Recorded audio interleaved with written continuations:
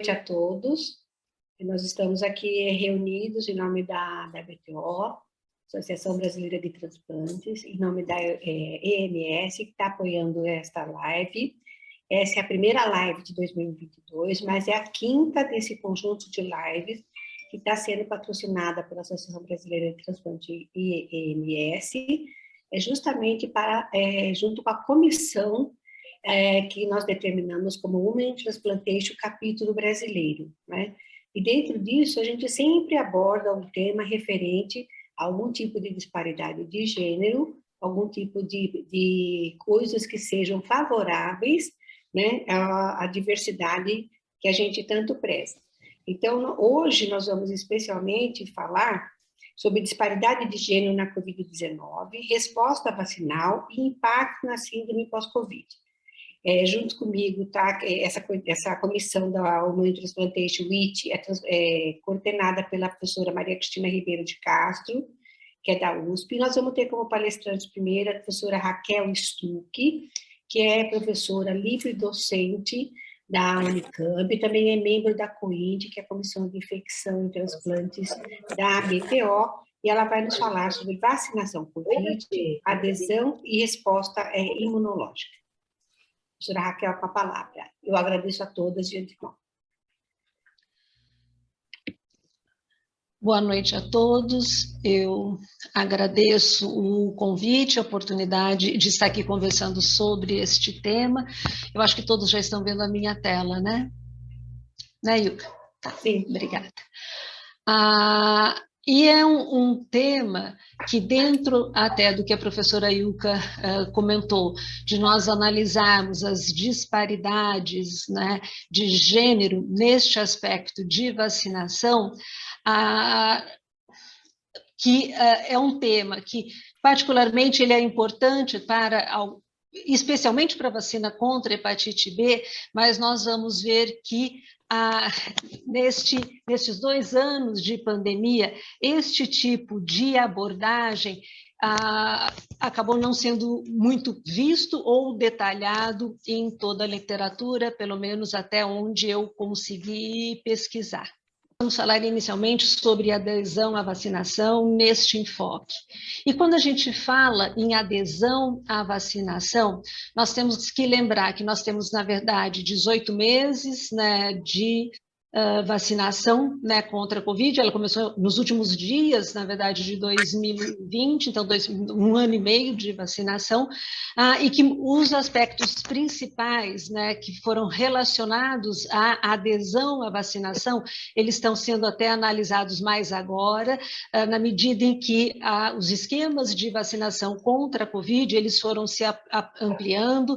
Então, no início eram 2 doses, depois foi considerado como esquema mínimo 3 doses de vacina, e a adesão de diversas populações, ou a análise da adesão, tem sido muito mais recente e focando principalmente numa maneira mais ampliada em relação aos grupos de risco que teriam maior eficácia da vacina ou maior risco de adoecimento mais grave. E o que a gente encontra, na verdade, quando a gente vai ver mesmo o termo adesão, é muito mais relacionado à hesitação vacinal. Então, isso tem, desde o início, né, da campanha de vacinação no mundo todo, essa abordagem em relação à aceitação ou não à vacinação e os fatores relacionados à aceitação, isso sim vem sendo bastante divulgado e muito mais até do que a adesão em si né, entre o gênero masculino ou feminino à vacinação. E aqui, né, esse grupo, né, o grupo Kleiman, que estuda, né, as disparidades, né, de gênero em diversas situações, né, da vida, do nosso cotidiano, da ciência, das empresas e tudo. Essa pesquisadora, Marco Bellon, ela está fazendo uma análise, né, exatamente sobre adesão à vacinação. Ela ainda não tem os seus dados divulgados. Esse grupo é ligado foi criado, né, como um braço ali da universidade, ou patrocinado até da Universidade de Stanford, e achei bem interessante, já dando uma uma palhinha, né, do que ela está analisando e estudando em relação à disparidade de gênero e vacinação. Quando foi perguntada a ela, né, como que ela vê, né, o papel do gênero, né, em relação à hesitação vacinal, o que os dados da literatura mostram, especialmente até não só para a vacina contra a Covid, mas particularmente para a vacina de Covid, é que as mulheres, elas são de forma muito significativa, né, elas demonstram o seu desejo de retardar ou de rejeitar a vacinação, e isso é de uma forma muito mais enfática do que acontece no sexo masculino, né? As mulheres também, elas argumentam, né, justificam esta hesitação ou esta rejeição em relação à vacina contra a Covid-19, dizendo que são vacinas novas, que são vacinas que têm muita reação, ou que elas teriam alguma contraindicação à vacinação, e esta postura de hesitação ou rejeição, e com esses argumentos, é muito mais frequente entre o sexo feminino do que no sexo masculino. Já a abordagem ou a justificativa filosófica, né, de hesitação vacinal ou uma hesitação por motivos religiosos ou eventualmente até políticos, isso é igual, né? Não há nenhuma diferença entre os gêneros, mas as mulheres sim são mais hesitantes na aceitação, e foram, né, têm sido mais hesitantes na aceitação da vacinação contra a Covid-19. Né? E quando a gente vai ver, então, sobre hesitação, esse é um trabalho recente, onde ele compila 46 estudos, preenchendo um N de mais de 141 mil pessoas de 40 países diferentes. Aqui estão listados os números de centros por estes países, e sendo que 23 dos estudos foram feitos exclusivamente na Europa. Aqui o fluxograma, né, do estudo, eu sei que está péssimo, né, para poder enxergar, mas o que eles analisam, né, nesta meta-análise é que a maior parte, então, quando analisa, né, o gênero, a maior parte dos estudos mostram que a hesitação do gênero masculino é muito menor do que do gênero feminino. E aqui onde eu destaquei é uma subanálise para estudo da aceitação vacinal entre os profissionais da saúde, e, mais uma vez, também a maior parte dos estudos mostram que as mulheres são muito mais hesitantes em aceitar a vacinação, mesmo as mulheres, né, profissionais da área da saúde, do que no sexo masculino. Né? Então, os estudos mostram que quase 60% dos homens, né, têm uma alta intenção de serem vacinados contra a Covid, e que as mulheres têm menos intenção de vacinação contra a Covid-19, e isso acontece em todos os países, mas que essa diferença, imaginem só, é ainda maior entre o gênero feminino na área da saúde. Né? Esse outro estudo, não vai dar certo essa forma de apresentação, vai ficar tudo por lado, assim, foi feito aqui em Salvador, e que mostra também, foi feito uma entrevista casa a casa, foi selecionado, né, como seria feito esse inquérito, né, com um questionário aplicado nessas entrevistas, onde analisou até a presença de comorbidades ou não, diabetes, hipertensão, o câncer, vacinação prévia contra influenza, se tinha diagnóstico ou não. Então, foram entrevistadas mais de 2.500 pessoas acima de 18 anos, e esta idade foi porque, né, para contemplar as idades onde a vacinação já estava permitida no nosso calendário de vacinação. 834 homens, 1.687 mulheres, né? E a pergunta era se a pessoa se sentia interessada em ser vacinada, né? E primeiro, o que foi de destaque é que a história de ter tido influenza em 2020, né? A hesitação foi semelhante entre homens e mulheres, né, para falar se aceitariam a vacina ou não, então sem nenhuma variação entre gêneros, né? Quando perguntando, né, para os homens, né, se eles tinham comorbidades e se eles estariam mais afeitos a tomar a vacina. Então, ter comorbidade, né, no grupo masculino era um fator favorável a ser vacinado. As mulheres com menos de 12 anos, né, de educação formal tinham maior risco de hesitação vacinal também, né, comparando com as mulheres de mais de 12 anos, mas vejam ali que está bem no limite, né, o fator de risco. E as mulheres que tinham, que pensavam ter um risco, né, moderado a alto de ter Covid grave, também tinham menor hesitação vacinal. Então, as diferenças eram mais relacionadas com as comorbidades, com a idade escolar também, mas, de um modo geral, os homens aceitavam, o gênero masculino aceitava mais a vacina do que o gênero feminino. Né?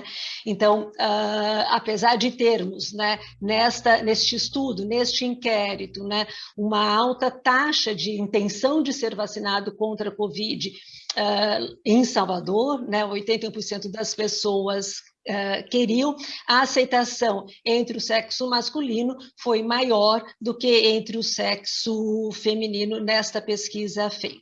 Né? Em relação à resposta imunológica, nós temos alguns estudos bem recentes agora que fazem esta análise, né, até por gênero, e esse estudo avaliou a efetividade das vacinas contra a Covid 9 meses depois, né, da aplicação dessas vacinas na Carolina do Norte, e o que a gente vê que quando a efetividade das vacinas entre o sexo masculino e feminino, a gente não vê nas linhas, então, rosa e verde, a gente não vê uma diferença significante de resposta, de efetividade vacinal, quando analisadas as duas vacinas de RNA mensageiro. Então, a primeira superior é da Pfizer, depois a Moderna e depois a AstraZeneca, com talvez uma leve superioridade da vacina da AstraZeneca no sexo feminino comparado com o masculino, mas isso sem nenhum valor estatístico. E quando a gente analisa a efetividade para reduzir o risco de hospitalização pelo sexo, também relacionando estas 3 vacinas, nós também não vemos nenhuma diferença significativa. Né?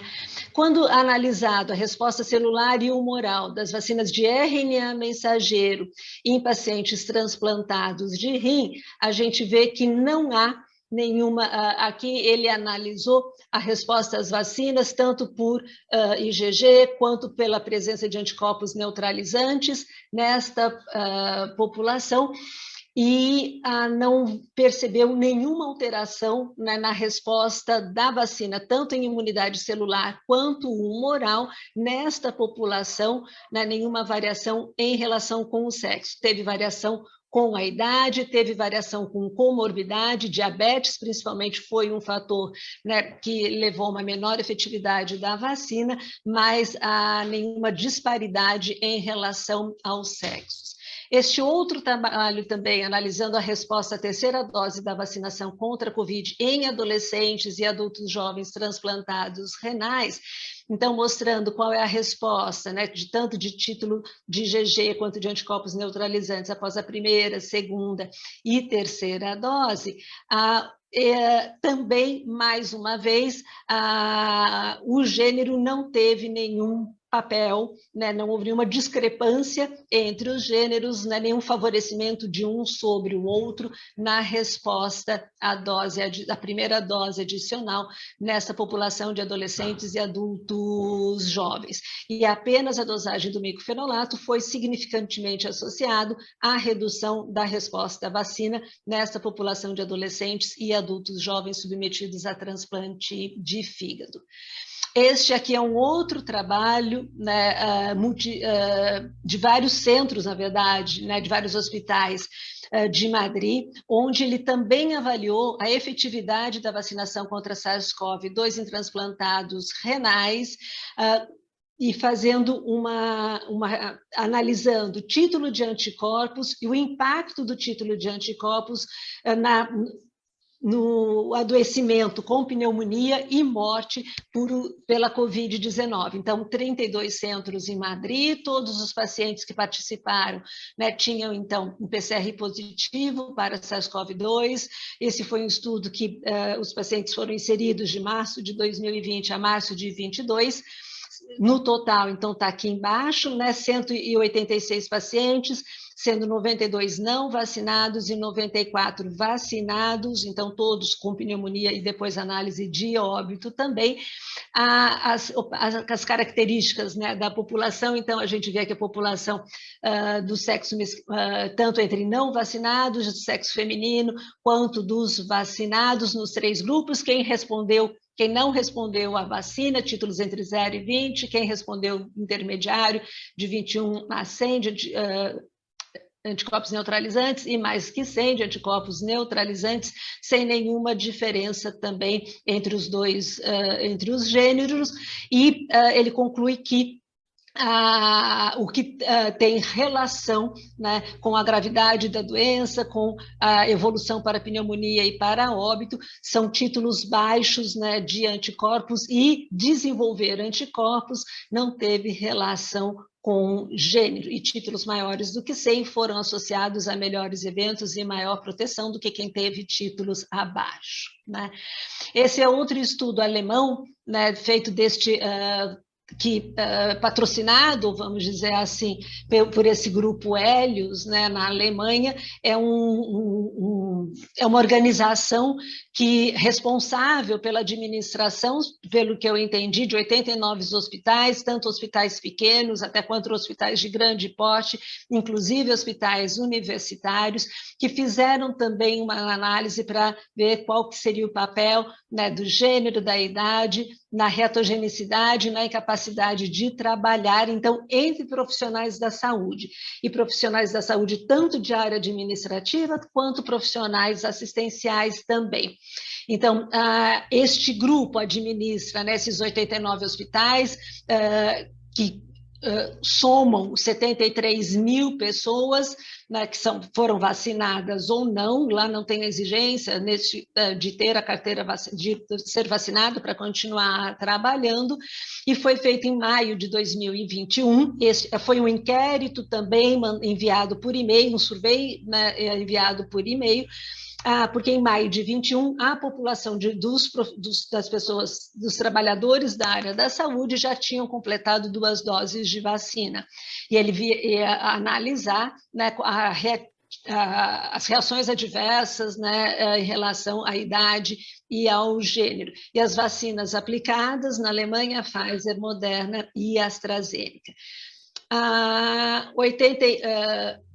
Desculpa, lá era, acho que 8.375 pessoas responderam o e-mail, portanto, mais de 16 mil doses de vacinas aplicadas, né? E nesses 8.375 que responderam e-mail, 80 deles não tinham informação no questionário sobre o sexo. A maior parte, 50%, né, desses fizeram um esquema de 2 doses homólogo com Pfizer, e 17% um esquema heterólogo com AstraZeneca e Pfizer. E aqui, só para a gente ter uma ideia, né, as coluninhas azuis e cor-de-rosa está assim no trabalho, eu não mudei as cores. analisando os fatores de risco, né, para reatogenicidade, e é uma análise por gênero, não há nenhuma diferença entre os gêneros em termos de reatogenicidade das vacinas e no quadrante, né, inferior em termos de incapacidade para o trabalho.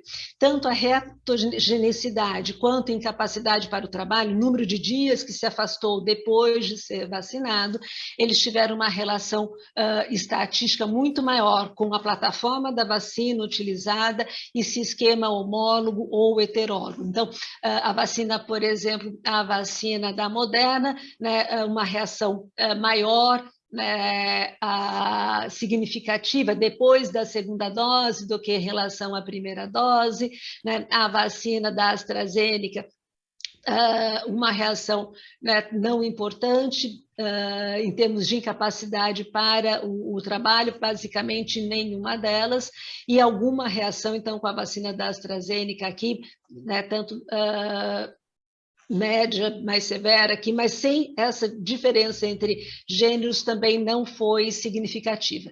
Assim como não foi significativa entre os gêneros, né, que a gente pode observar aqui, a reatogenicidade ou a incapacidade de trabalhar depois da segunda dose, tanto para esquema homólogo quanto para esquema heterólogo. E a incapacidade para, né, conseguir trabalhar por conta de reatogenicidade das reações adversas, muito mais ligada ao esquema vacinal, à plataforma vacinal, do que ao gênero, né, também. Então, apesar disso, de não ter significância estatística, a incapacidade para o trabalho foi relatada em 23% dos que responderam, né, o questionário. Então, de 13 mil respostas, porque isso foi daí, né, por doses, 3 mil pessoas relataram incapacidade para o trabalho, sendo 24% do sexo, quase 25% do sexo feminino e 18% do sexo masculino. Então, as mulheres, apesar de não ter significância estatística, relatando, né, uma incapacidade maior para o trabalho do que o sexo masculino.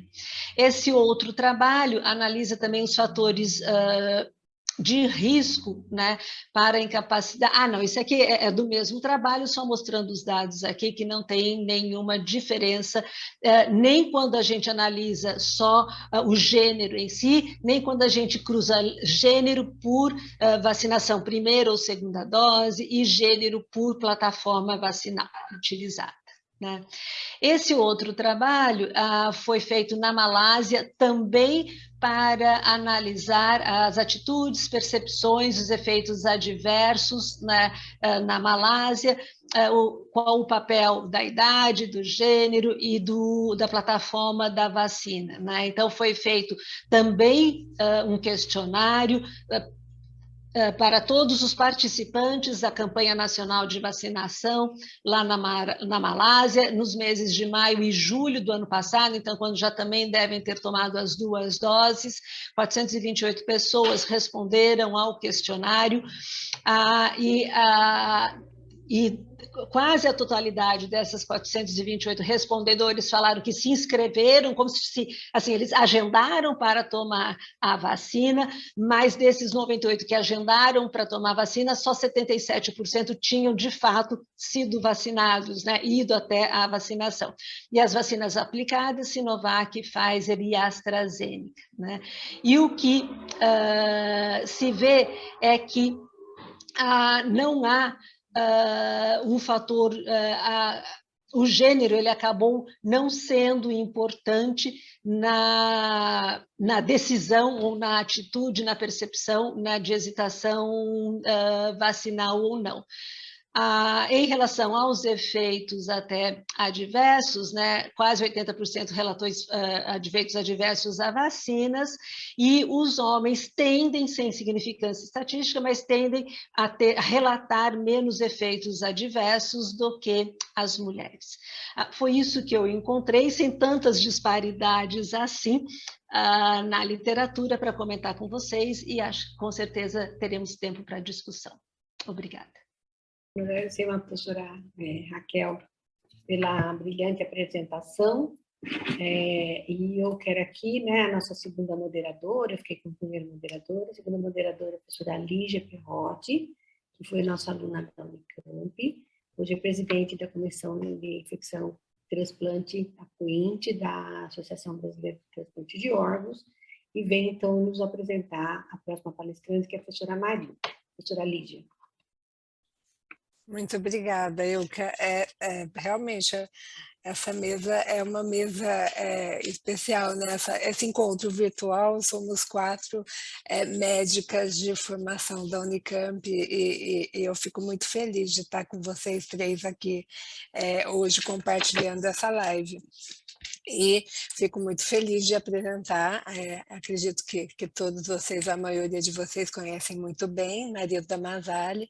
A Marilda é hoje livre docente pela área de nefrologia do Departamento de Clínica Médica da Faculdade de Ciências Médicas da Unicamp, e ela acumula também a função de coordenadora do programa de transplante do HC, né, da Universidade Estadual de Campinas, e também o seu novo desafio, a coordenação da comissão de residência da Faculdade de Ciências Médicas da Unicamp. Então, a Marilda tem uma experiência aí de acumuladíssima, né, de muitos anos no transplante de rim, no transplante nessa área, e vai falar para a gente, então, um pouco sobre a questão da disparidade de gênero no impacto da Covid. Né? Então, Marilda, por favor, obrigada.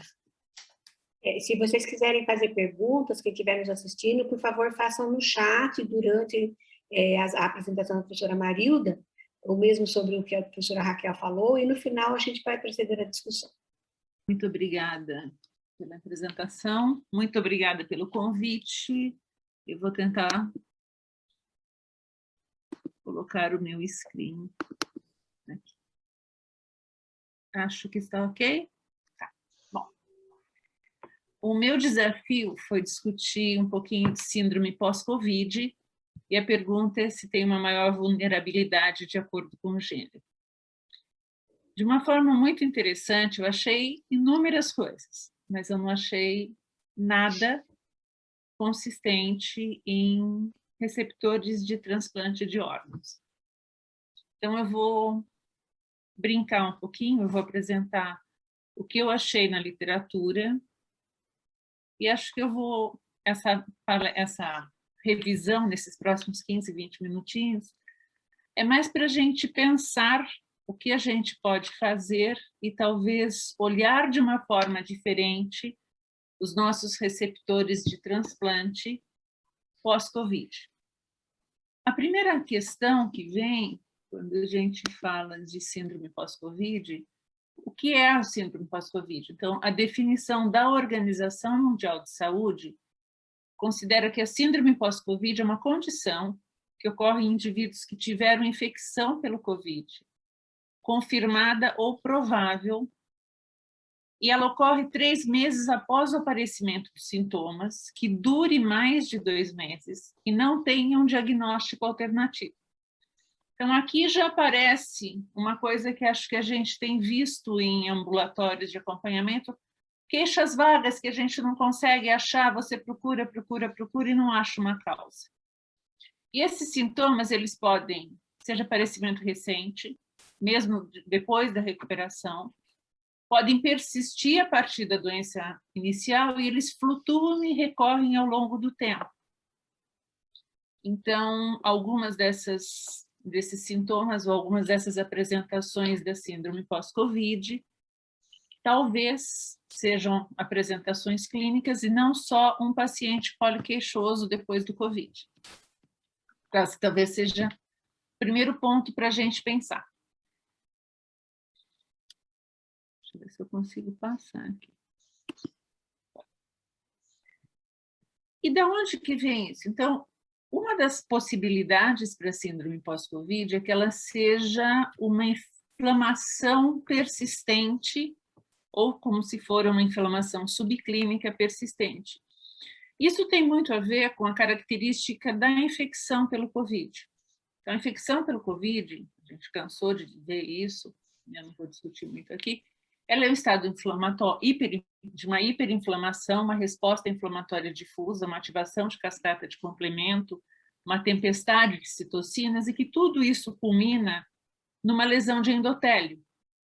E essa lesão de endotélio pode fazer microtrombos, e esses microtrombos, a gente acaba pensando em trombose de grande vaso, em embolia pulmonar, mas a gente tem microtrombos em microvasculatura. E esses trombos em microvasculatura acabam levando a um quadro de uma hipoxemia tecidual. Essa hipoxemia tecidual funcionaria como uma lesão de isquemia-hiperfusão. Isso acaba, de uma certa forma, provocando mais uma reação inflamatória, e a gente vai tendo reações inflamatórias subclínicas que perpetuam a lesão endotelial, perpetuam a hipoxemia, e que talvez expliquem essas alterações que ocorrem numa fase mais tardia. Uma outra coisa que pode estar envolvida é que esse estado hiperinflamatório ele cause uma resposta imune inadequada, com formação, inclusive, de autoanticorpos, o que explicaria a presença de anticorpos antifosfolípide em alguns dos pacientes que têm a infecção pelo COVID, que desenvolvem após, e alguns pacientes que fazem como se for um lupus-like, como uma complicação tardia da infecção pelo COVID. E naqueles indivíduos onde a manifestação da doença primária aconteceu com acometimento de trato gastrointestinal, essa inflamação ela pode permitir que essa lesão inflamatória perpetue, mantendo a ativação imune, e alguns estudos sugerem que esses indivíduos sejam mais propensos a ter as complicações tardias da COVID ou essa complicação inflamatória crônica. Esse é um trabalho muito interessante que discute a alteração do endotélio na COVID, que acabou de ser publicado no Journal of Clinical Investigation agora em 2022. Então, quem estiver interessado em ler fisiopatologia, ler mecanismo celular, é um artigo que vale a pena ser lido. Então, se a gente fosse resumir isso tudo, a gente tem a inflamação, a gente tem a ativação de complemento, a gente tem a persistência de inflamação tecidual, a gente tem esse dano endotelial, e a gente teria essa PASC, que na verdade é a síndrome pós-Covid crônica, e em alguns casos você tem outros fatores associados. Então, quando a gente vai olhar, muitos dos estudos dizem que as complicações tardias são mais frequentes no sexo feminino. Isso é uma coisa que a gente vai discutir ao longo desses achados. Qual que é a apresentação clínica desta síndrome pós-Covid? Ela pode ser de tudo. Então, essa aqui é uma adaptação desse trabalho do JCI, onde ele meio que compara as possibilidades na COVID aguda e na síndrome pós-COVID. A primeira coisa que chama atenção é que a COVID aguda ela é mais grave em homens, enquanto a pós-COVID tem uma maior incidência em mulheres. As comorbidades, elas têm associação importante na fase aguda, mas muito pouca correlação na fase tardia. Aqui vale uma observação. A maioria dos estudos avaliando complicações tardias exclui pacientes com cardiopatia severa ou com doença pulmonar severa. Então, a gente precisa ter um cuidado de atenção na avaliação desses resultados. O quadro neurológico na COVID crônica acaba tendo um comprometimento cognitivo, cefaleia, desautonomia. Um comprometimento pulmonar tardio inclui necessidade de oxigênio. O comprometimento cardiovascular naqueles pacientes que não tinham doença cardiovascular prévia grave inclui arritmia e tem descrições de doença renal crônica pós-COVID. O que a gente meio que observa, isso é observação, não é análise estatística feita ainda, é que alguns pacientes que já tinham um déficit de função renal, principalmente os diabéticos, ao desenvolverem COVID, eles se tornam crônicos dialíticos. E isso é muito interessante. O diabetes, você pode ter uma lesão pancreática aguda na fase inicial e evoluir com intolerância à glicose no pós-transplante, no pós-Covid.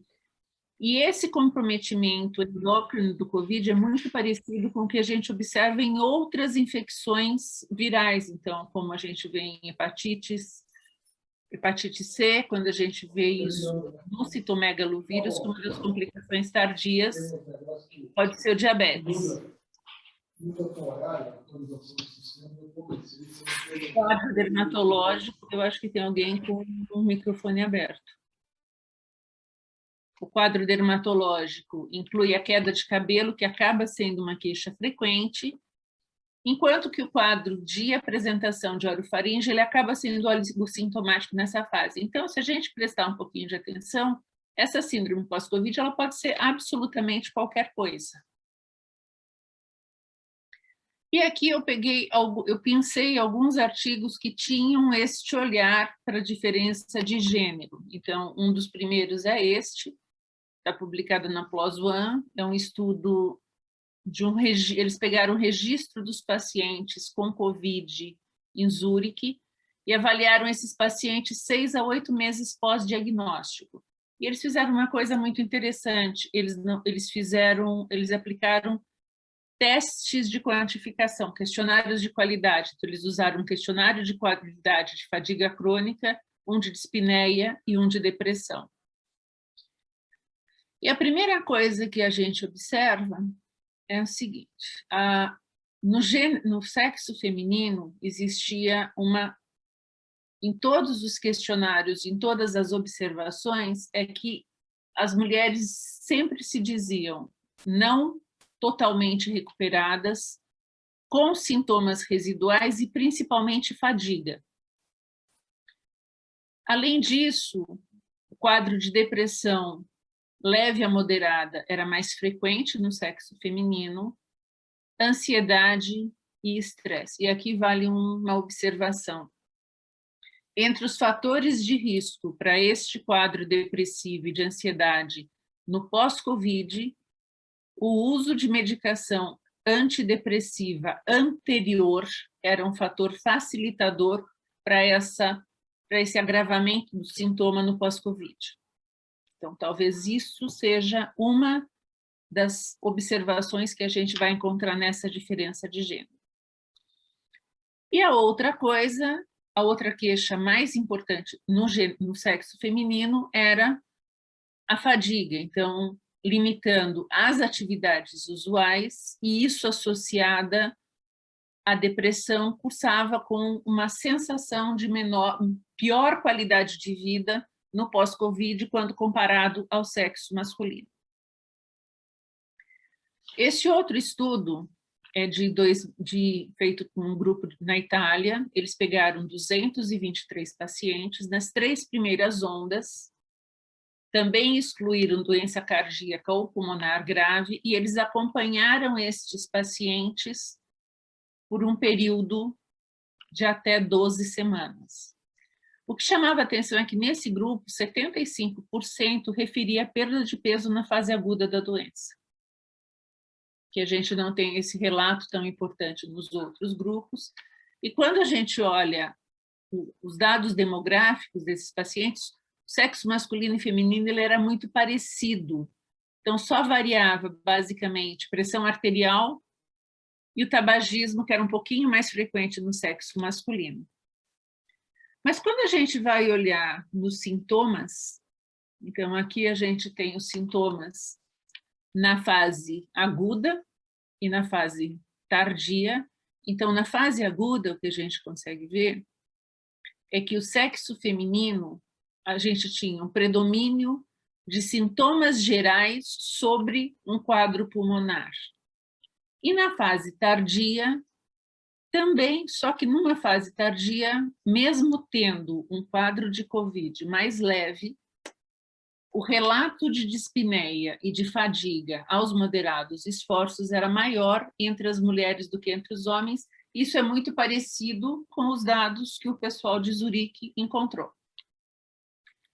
Quando a gente avalia a apresentação na fase aguda e na fase crônica entre o sexo masculino e feminino, a gente vê que, na maioria dos casos, exceto por distúrbios do sono, os sintomas diminuíram na pós-Covid no sexo masculino, enquanto que eles aumentam no sexo feminino, principalmente anemia, quadros depressivos e distúrbio de sono.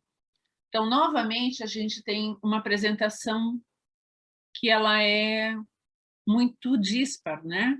Então, enquanto os homens têm quadros muito mais graves na fase aguda, a gente esperaria sequelas maiores, a gente vê sequelas mais frequentes no sexo feminino, apesar de uma apresentação clínica mais leve.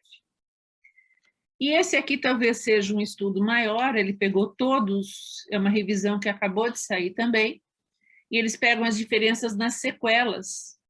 No Covid de longa duração, eles pegaram todos os estudos que tinha de Covid, eles conseguiram selecionar 35 estudos, e aqui, considerando que cada estudo seja, cada ponto seja apenas um indivíduo, isso seriam dados de uma população de 1,32 milhões de pacientes, que talvez seja um número razoável para a gente avaliar. E o que eles fizeram? Eles dividiram por gênero, em todos os estudos, o que tinha referido, e eles consideraram sequela de Covid precoce, menos de 4 semanas depois dos sintomas, então naquela fase inicial. E aqui eu circulei de vermelho o que teve diferença de gênero com maior incidência para o sexo feminino. De novo, a gente cai. Na fase inicial, a gente ainda tem, nas primeiras 4 semanas, a gente ainda tem um quadro de anosmia e de ageusia, a gente tem um quadro musculoesquelético e, de novo, distúrbio de humor e dificuldade de sono. Quando a gente avalia a Covid longa, esses sintomas que apareceram mais de 4 semanas do aparecimento dos sintomas, o sexo feminino passa a apresentar outras complicações, incluindo dermatológicas, e aqui é principalmente queda de cabelo, um quadro gastrointestinal, mas uma parte desses pacientes, a apresentação inicial também foi comprometimento gastrointestinal, neurológico, psiquiátrico, ansiedade, depressão e alteração de humor. E este mesmo grupo, com sequelas, aqui, desculpa, é mais de 4 semanas, as sequelas tardias, novamente, voltavam a ser fadiga, alguma queixa de dor, e aqui aparece uma coisa interessante, que são as complicações reumatológicas tardias, principalmente artralgias.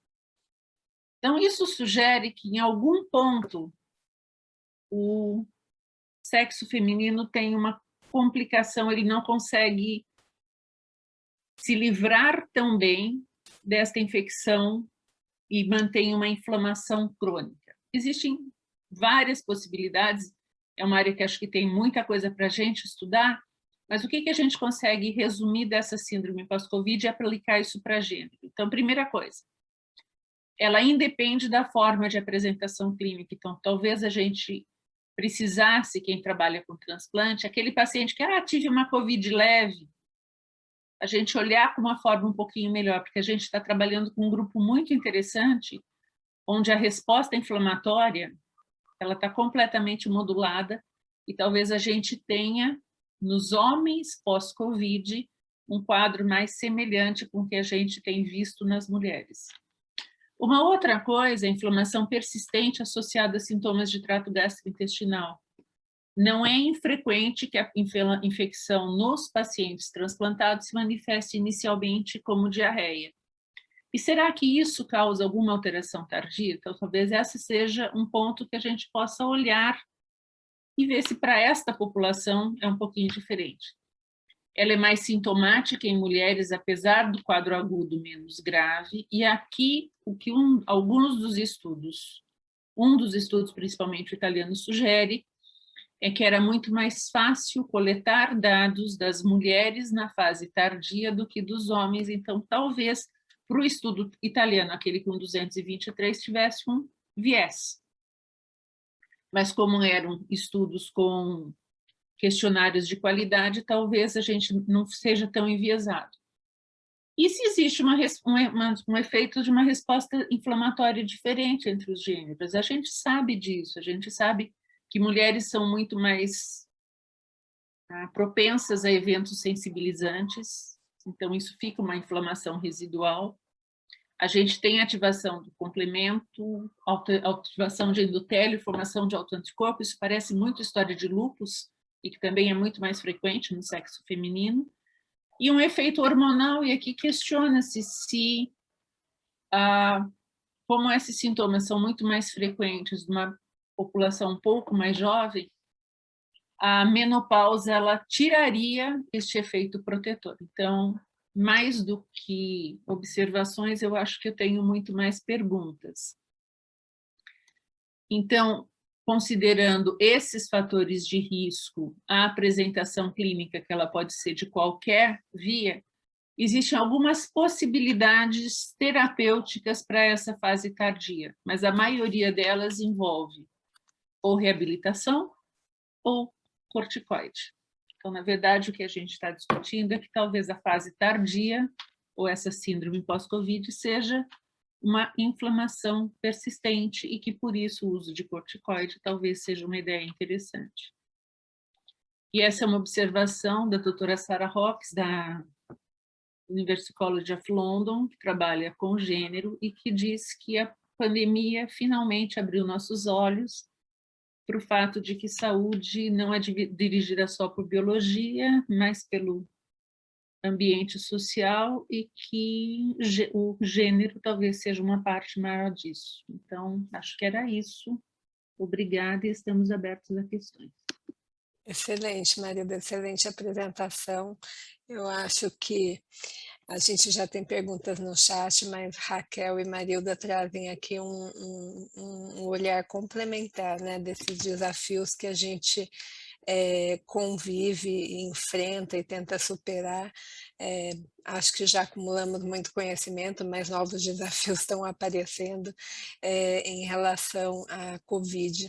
E a gente tem algumas perguntas, mas eu queria começar com uma pergunta para a Raquel, antes de abrir o chat, e uma pergunta para a Marilda, em relação ao tema que a Raquel abordou. Raquel, eu fiquei pensando, eu não sei se tem dado, talvez até de outras vacinas, chama atenção, né, a maior hesitação do gênero feminino e a maior articulação verbal até dessa hesitação em relação ao gênero masculino. Você chegou a ver alguma coisa, como que esse comportamento se dá em relação aos filhos? Se em relação aos filhos existe uma hesitação diferente entre os pais e mães? Lígia, você sabe que eu pensei nisso depois, né? A hora que você vai sedimentando tudo que você leu e prepara a aula e tal. Primeiro que é algo que, pelos relatos da literatura, se repete em todas as vacinas. Então, as mulheres são mais hesitantes, questionam mais, e postergam até, né, a vacinação se comparada com os homens, porque isso é rotina para todas as vacinas. Segundo, fiquei pensando exatamente isso, quer dizer, normalmente é a mulher que vai decidir, né, o momento, e se leva, se não leva, pelo menos é o que a gente vê, não é nada científico, isso é só observação, em relação a levar as crianças, porque muito, né, o que se coloca até nesses trabalhos que analisam a disparidade de gêneros na hesitação vacinal, falam da importância desta abordagem quando você vai planejar ou quando você quer melhorar a adesão da vacinação. Então, né, como que você tem que olhar com outro olhar, então é outro foco até da sua forma de falar, da sua forma de tentar convencer, né, a população para ser vacinada, porque você tem, né, esta parcela da população que é mais difícil de vacinar, você tem que tentar chegar a ela e convencê-la da importância da vacinação. E, na minha opinião, pessoal, com certeza isso deve se refletir também na vacinação dos filhos. A gente vê muito agora, né, com a vacinação infantil da Covid, claro que já tem aqueles que não querem vacinar, e já desde o início, mas você tem aquelas famílias inteiras vacinadas e que não levam seus filhos para vacinar. Então, os pediatras estão enlouquecidos, eles estão até deprimidos, porque eles não conseguem convencer, né, os pais vacinados, os avós vacinados da vacinação dos filhos, né? Então, com certeza, ele já deve ter algum impacto, mas eu fico devendo essa resposta com dados da literatura. Talvez a gente também nem tenha, né, esses dados sejam difíceis, mas é uma questão que possa impactar, sim, né, na menor adesão da vacinação na população pediátrica, infelizmente, né, porque a população pediátrica não pode opinar. Sim, e é interessante também que quando você vai ver, a Marilda comentou no começo, eu não comentei, mas acho que ficou meio claro, quer dizer, tem pouca coisa em transplante que analisa, né, gênero, mas a gente tem a negativa, talvez, né? Quer dizer, todos os trabalhos que colocam a sua composição da sua população de estudo, né? E coloca idade, coloca gênero, coloca comorbidade, e depois, nas análises finais, né, aquilo não apareceu, então é porque não foi importante, mas é uma inferência. Né? Isso nem para estar relatado, está relatado nos estudos. Eu achei isso interessante também. Sim. Gente, se vocês me permitem, eu acho que eu vou ficar nessa linha, porque essa dúvida né, tem muito relação com o que a Maria Cristina pergunta. Considerando, Raquel, que em geral a adesão a tratamentos é melhor em mulheres, né, até chama atenção essa hesitação a vacinas maior em mulheres. Mulheres têm, né, dados que a gente sabe que realmente tem uma adesão melhor ao tratamento. Se essa resistência à vacina, mas talvez aí ela fala mais da vacina de Covid, né, teria a ver com os relatos de trombose associado à gestação, anticoncepcional, enfim, essas complicações, né, que circularam. Os grupos, né, esses até que eu consegui mostrar, né, os locais, né, que fizeram esta análise procurando, né, a relação de gênero com hesitação vacinal, na verdade, Cristina, eles não colocam isso como um fator, até porque a vacina relacionada, né, com os fenômenos trombóticos era a vacina, né, da AstraZeneca, que em muitos países ela nem foi usada, ou foi usada logo no comecinho e depois já não era nem usada mais, e se manteve a vacinação com as vacinas de RNA mensageiro. Então, na análise, pelo menos, dos autores, né, não era esta a preocupação de hesitação. E é interessante porque esta hesitação maior entre as mulheres, ela não é exclusiva da vacina contra a Covid. Exato. Né? Então, acho que isso também fala um pouco contra esta preocupação de uma reação adversa específica. Exato. Obrigado, Raquel. Marilda, em relação à síndrome pós-Covid, puxa, a gente tem mesmo uma falta de informação, né, no mundo do transplante. É um dado que eu estou olhando no serviço do Hospital das Clínicas, me chama a atenção. A gente teve um número muito expressivo, aproximadamente 40% dos pacientes que tiveram alta com queixas importantes de Covid longa, né, com essa definição que você colocou. A sua impressão desses artigos de fisiopatogenia aí da síndrome pós-Covid, o papel do vírus, será que a gente espera, talvez, quanto mais vírus, maior esse processo deflagrado, né, que tanto tão bem você explicou, de processo inflamatório, microtrombose, e nesse sentido a gente até esperaria mais uma pós-Covid no transplantado, que tem maior circulação viral do que a população imunocompetente. E aí, será que no nosso futuro, além de corticoide e reabilitação, vai chegar a nossa hora de ter antiviral também, né? Porque isso talvez impacte no pós-Covid. Esse é um dado que a gente não sabe, mas a vacina impactou no pós-Covid, né, Raquel? Sim. Uhum. Assim, quando você vai ler, eu fui ler esse artigo de endotelipatia porque é uma coisa que eu gosto de estudar e me causou... Aí você começa a olhar, você fala, isso aqui é uma lesão de isquemia, reperfusão.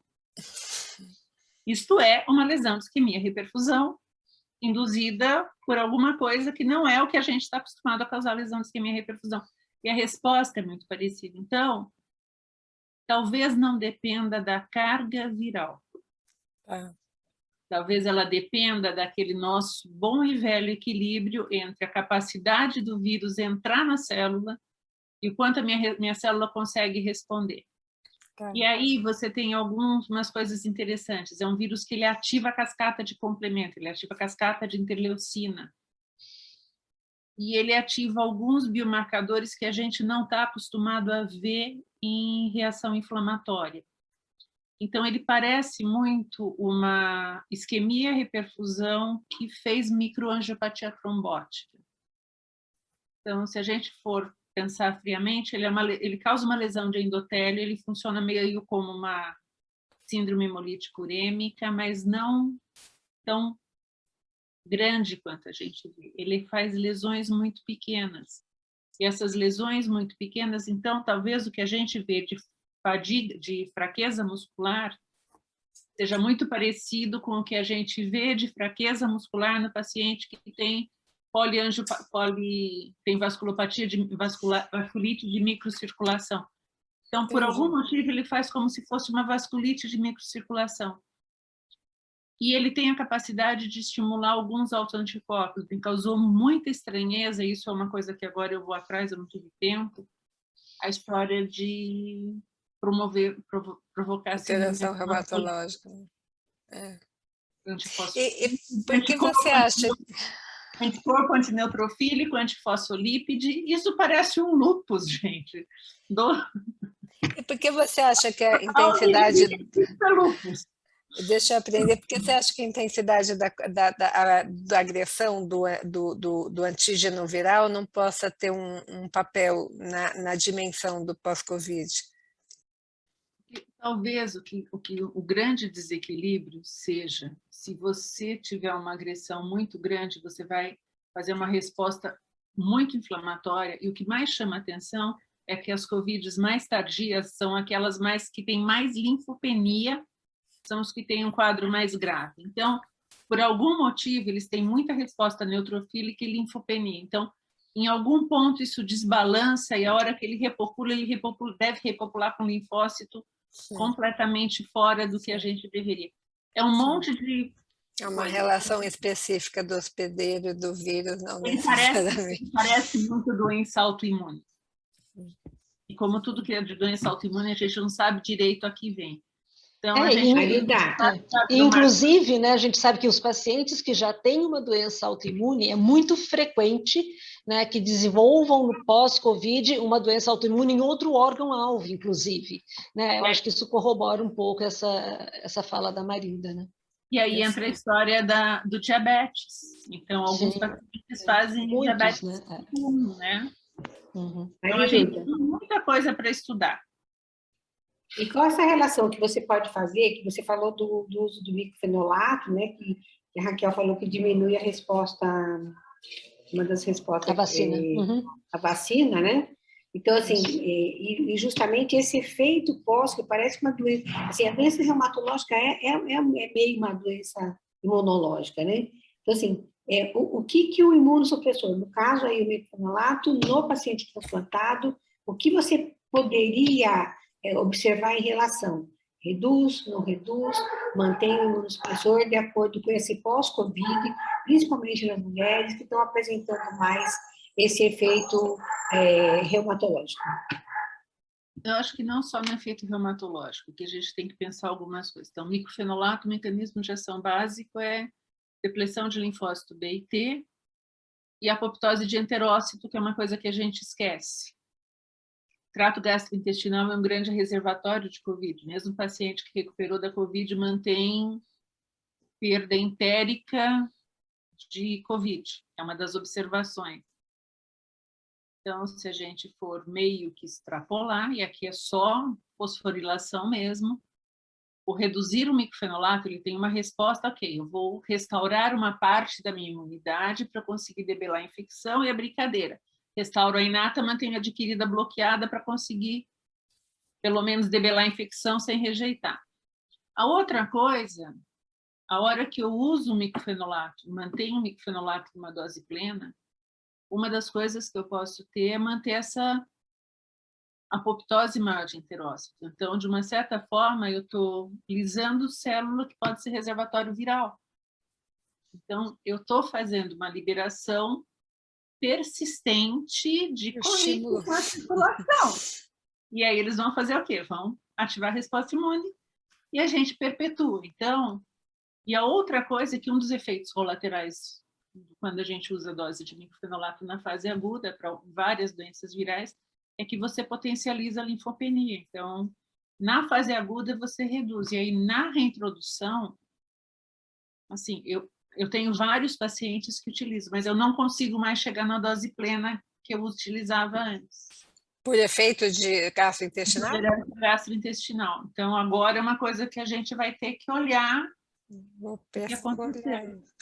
Nesse sentido, Marilda, também a Érica Rangel pergunta se há necessidade de buscarmos biomarcadores para segmento e estratificação da síndrome pós-Covid. Tenho certeza que você leu bastante isso, em particular no sexo feminino. Eu acho que tem muita coisa. A gente tem muito marcador de fase aguda, mas a gente tem muito pouco marcador de fase crônica. A gente sabe que estrógeno interfere em receptor de angiotensina 2. Então, a gente tem um monte de coisa para procurar. A gente tem um biomarcador hoje? Não tem. No momento, pelo menos até onde eu achei, até onde eu li, gente. É muita coisa de Covid para ler. Eu selecionei, mas esse do JCI eu acho que é uma coisa interessante de ler. Ele abre vários horizontes, porque é um artigo que tem um pouquinho de fisiopatologia e muito mais questionamentos do que outras coisas. E aí você vai juntando o questionamento, o que você tem, e dá para voar. Então, eu acho que biomarcador é uma coisa que a gente vai ter, como a gente precisa para tudo. Né? Sim. Investir nisso, né? Temos mais alguma pergunta no chat? Eu acho que não. Aqui só para ler para todos, acho que vocês acompanharam, a Silvia Marçal pergunta, né, para a Raquel a relevância de se fazer a titulação de anticorpos nos pacientes de transplante renal, né, e a Raquel já respondeu que não há indicação de fazer o título de anticorpo em nenhum momento, em nenhuma população, né, Raquel, útil apenas para a pesquisa, se você quiser reforçar essa questão, que é uma dúvida bastante, é um ponto, né, que é colocado bastante frequente, né? Apesar, né, eu mostrei um artigo que colocava até título de anticorpo, né, que com maior risco de evolução de pneumonia, de doença grave e óbito, mas na prática, né, não tem a indicação, né, de pesquisa, né, de resposta vacinal, nem com IgG, nem com título de anticorpo neutralizante, e isso não deve nortear a decisão ou não, né, de fazer as doses adicionais, elas seriam quase que obrigatórias, independente disso, porque nós não temos ainda hoje um correlato de proteção, né, ali 200 foi, mas será que é para tudo, ou não é, ou 100 seria, e quanto tempo dura essa proteção? Então, essa resposta a gente não tem. Então, é algo que não se deve fazer, né, para avaliação de resposta, e o que a gente sabe é que ainda os nossos pacientes transplantados são considerados, né, e daí sim, através dessas respostas, não só de eficácia, mas de efetividade depois, né, de adoecimento pós-vacinação, mostrando que eles respondem mal, mas que as doses adicionais são importantes para aumentar a proteção contra a forma grave de doença, mas mesmo assim eles são candidatos a manterem as medidas não farmacológicas, que parece que a gente esqueceu, né, disso neste momento, então uso de máscara, principalmente nos ambientes fechados, né, com muita gente ou em aglomeração, e hoje também já as medidas de prevenção, né, com o anticorpo monoclonal, que a gente ainda não tem disponível via SUS, esperamos que a consulta pública seja favorável, mas também eles teriam benefício, né? Então, assim, não tem indicação de fazer mesmo em nenhum momento, nem para pessoas imunossuprimidas, nem para idosos, nem para os saudáveis também. Perfeito. Mais alguma coisa que temos? Ilka, já nos aproximamos aí do nosso tempo. Agora, a Cristina, que faz observação aqui sobre os pacientes sensibilizados terem apresentado aumento de anticorpo anti-HLA, Marilda, com a doença e com a vacinação. E dentro disso que você levantou, o que você acha? Então, assim, eu não li nada, tá? Agora, eu não sei se eles com a doença, a gente sempre tem o cuidado, o que a gente fez com a imunossupressão durante a doença. Então, eu acho que isso é uma coisa que a gente vai ter que olhar com muito cuidado. Um viés, né? É um viés que nem a gente teve. Sim. A gente tem isso, às vezes a gente tem com dengue. Sim. Com a vacina, eu realmente não sei, tá? Isso acho que a gente não tem.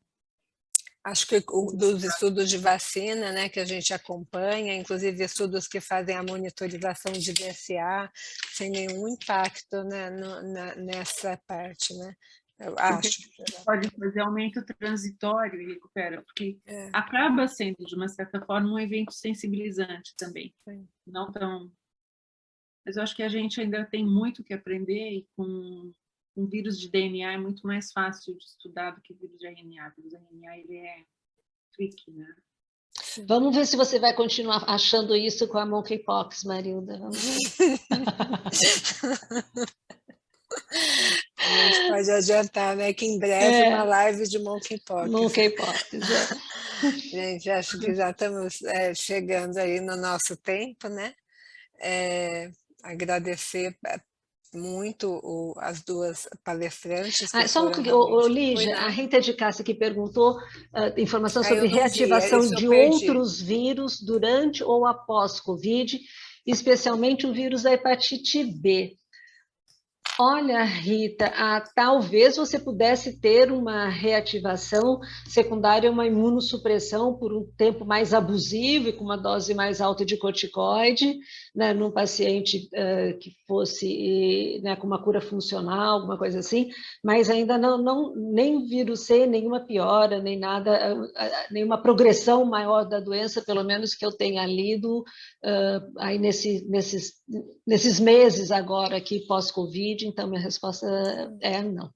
E o próprio citomegalovírus, né? Não sei se vocês tiveram uma experiência diferente, mas lá no Hospital das Clínicas, aqui em São Paulo, a gente fazia monitorização semanal, porque não tinha ideia de como as coisas iam se comportar, e a nossa viremia, mesmo nos quadros graves de Covid em paciente com UTI, foi assim, até surpreendentemente baixa. A gente tratou muito pouco o paciente por reativação de citomegalovírus.